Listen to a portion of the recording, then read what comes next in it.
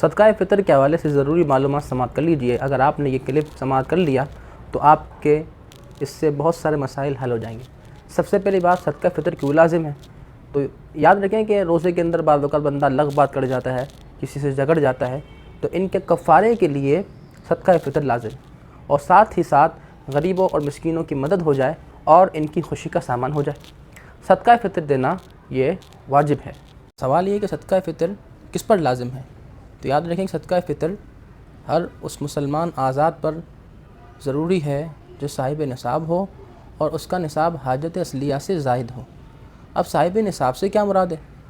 صاحب نصاب سے مراد وہ شخص ہے جس کے پاس 7.5 تولہ سونا یا 52.5 تولہ چاندی یا اتنا ہی مال تجارت یا حاجت اصلیہ کے علاوہ جو چیزیں ہیں اس کی قیمت اتنی پہنچتی ہو۔ اب مال تجارت سے کیا مراد ہے؟ وہ چیز جو آپ نے بیچنے کے لیے خریدی، مثلا کسی کے پاس پرچون کی دکان ہے، اس پہ مال رکھا ہوا ہے اور مال کی جو قیمت ہے وہ 7.5 تولہ سونا یا 52.5 تولہ چاندی تک پہنچتی ہے، تو اس پر زکوٰۃ دینا ضروری ہے۔ اب حاجت اصلیہ سے کیا مراد ہے؟ تو یاد رکھیں کہ حاجت اصلیہ سے مراد وہ چیزیں ہوتی ہیں جن کی عموماً انسان کو ضرورت پڑتی ہے، جیسے رہنے کے لیے گھر، علم دین کے لیے کتابیں، اسی طریقے سے لیپ ٹاپ، کمپیوٹر وغیرہ، یہ حاجت اصلیہ میں شامل ہیں۔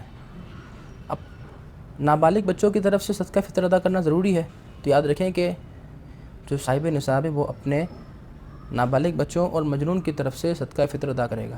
البتہ اگر ان کے پاس اتنا مال ہے، وہ صاحب نصاب ہے، تو ان کے مال میں سے صدقہ فطر ادا کیا جائے۔ اب صدقہ فطر کا وقت کیا ہے؟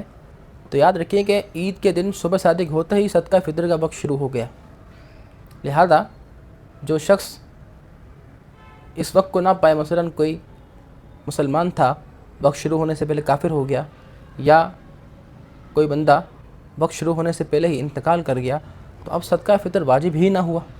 اب صدقہ فطر کی مقدار کتنی ہے؟ تو اگر کوئی شخص گندم سے ادا کر رہا ہے تو 2 کلو گندم، اور اگر کشمش، جو یا کھجور سے ادا کر رہا ہے تو 4 کلو یہ چیزیں ادا کر دے، یا ان کی مالیت، ان کی قیمت بھی ادا کر سکتا ہے۔